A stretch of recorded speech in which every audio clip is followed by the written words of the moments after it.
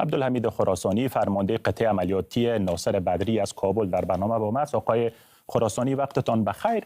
مردم آقای خراسانی انتقاد میکنند و میگن که شما با ازدواج چهارمتان فرمان ملاحبت الله از فرمان ملاحبت الله سرپیچی کردین. بخش از فرمان را من خدمتتان میخوانم. ملاحبت الله از اعضای طالبان خواسته که از اونا ترغیبشان کرده و کنار گذاشتن چند همسری و گفته که این کار زبان دشمنانمان را دراز میکنه. پاسخ شما چی است آقای خراسانی؟ بله، صدای ما را دارین؟ بله آقای خراسانی، صدای شما را دارم. بسم الله الرحمن الرحیم و اذا خاطبهم الجاهلون قالوا السلام و ما بعد. ببینید، تعدد زوجات در شریعت اسلام یک امر لازم و ضروری و یک امر مشروع است و شیخ صاحب امیرالمومنین حفظه الله برای تمام مجاهدین این فرمان نداده، تنها بر والی صاحبا و مقاماتی که بر از اونها خطابشان بوده. یک امر لازم و ضروری است و مردم همیشه در برابر یکی دیگر قضاوت نادرست میکنند. از دیشب که همه مراسم ما گذشت، در صفحات اجتماعی افرادی که درک و منطق عالی ندارند متاسفانه حرفهای بی‌مورد و توهین و دشنام و رسم گفتن، در حالی که ما برای هموطنان عزیز خود بگوییم که این همه موتوران و دوستان و برادران و رفیقان و اقارب و نزدیکان مجاهدین که آمده بودن، خب موتورانش مربوط ما نمیشه. اینها یک امر عادی و یک فرهنگ مردم افغانستان است که در جنازه هم باشه 100 موتور میره و در خوشی باشه، مراسم جشن عروسی باشه. خب طبعا که دوستا و فرهنگ مردم افغانستان معلوم است. قانع نشده که مردم سر وضعیت آزار باشه و ما ضرورت هم بر تدابیر امنیتی داشتیم. ولی متاسفانه قضاوت نادرست همیشه از طرف بعضی افرادی که عقل منطق درست ندارن.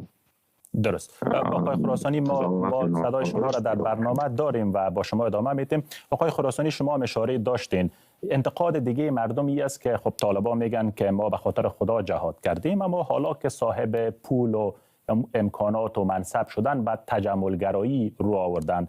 مثالش هم همین ویدیویی که دوستان شما یا در شبکه‌های اجتماعی منتشر شده از کاروان از موترهای نظامی را نشان میده که شما را بدرقه میکنن.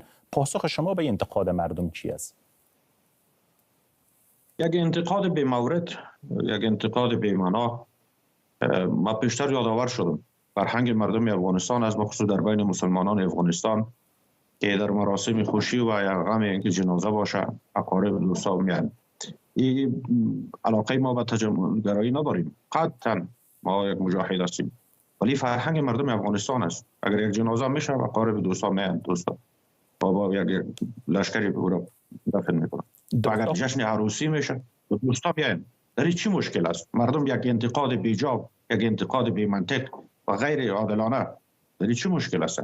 در خراسانی بوده مردم دو عروسی بوده، در نیمه امارات مردم عروسی خود که هلیکوپتر بوده. ما انتقاد کردیم بالا از اینها بعضی ها هستن تعصب دارن. متاسفانه بزرگترین مشکل در بین مردم افغانستان تعصب است، جهالت است. جهالت دست بکشن، از تعصب و توهین بر دیگران دست بکشن. ما کدام غلام بچه و سرخم نیستیم، ما کدام تسلیمی باشیم. درست. ما هم مجاهد هستیم، ما حق داریم. درست. شما اشاره کردین، گفتین در امین امارت طالبان افراد بوده که عروس خود را با چرخبال بردن. چون این اتفاق افتاده در نظام طالبان. کی این کار را کرد آقای خراسانی؟ همینطور یک گزارش بوده دیگه، همینطور یک سر صداهای بوده، یا در جمهوریت بوده. در یک فرهنگ است برادر. یک چیز از لشکر شما دوستا عزیز می هموطنای ما خودشان در مراسم عروسیشان لشکرشان نمیان. آخه اینجا اروپایی‌ها وارد بیان دو نفر بیا و کلیسا این چیز کنن. این فرهنگ مردم افغانستان است. ما تاسف میکنم بر حال مردم با این جمعی که در امور زندگی شخصی یک آدم مداخله میکنن، این چیز میکنن. خب میای مردم از مردم قوم و دوست و رفیق و مجاهدین نبوگیم نبر. مجاهدین خود دوست نیستن. خب موتر نظامی امیر اونم والی یک ولایت خودش نماینده شیخ صاحب است. اونم که برای یک فرد خود اجازه میده که بره در اونم مشروعیت میده. شریعت مشکل ازی است که مردم از دین آگاهی نداره، از فقه آگاهی نداره.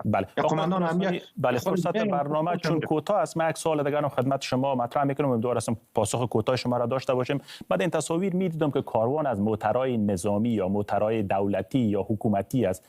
این انتقاد در زمان جمهوریت هم بود که از این موترها در محافل شخصی و در این موارد استفاده میشه. فکر میکنین این موترها خب کار دولتی نبود دیگه، به عنوان اشتراک در محفل عروسی شما آمده بودن؟ به نظرتون چه فرقی میکنه میان زحمت کشیدین یک امر عادی است؟ اگر منصبدار حکومت سابقه هم بوده که اونم موتر نظامی بوده که اونم امیرش آمرش برش اجازه میداد، اگر امارت هم است مجاهدین به اونم موترشان از دیگه اونم در یک امر مشروع رفتین، در کدام کار چیز خونه رفتین؟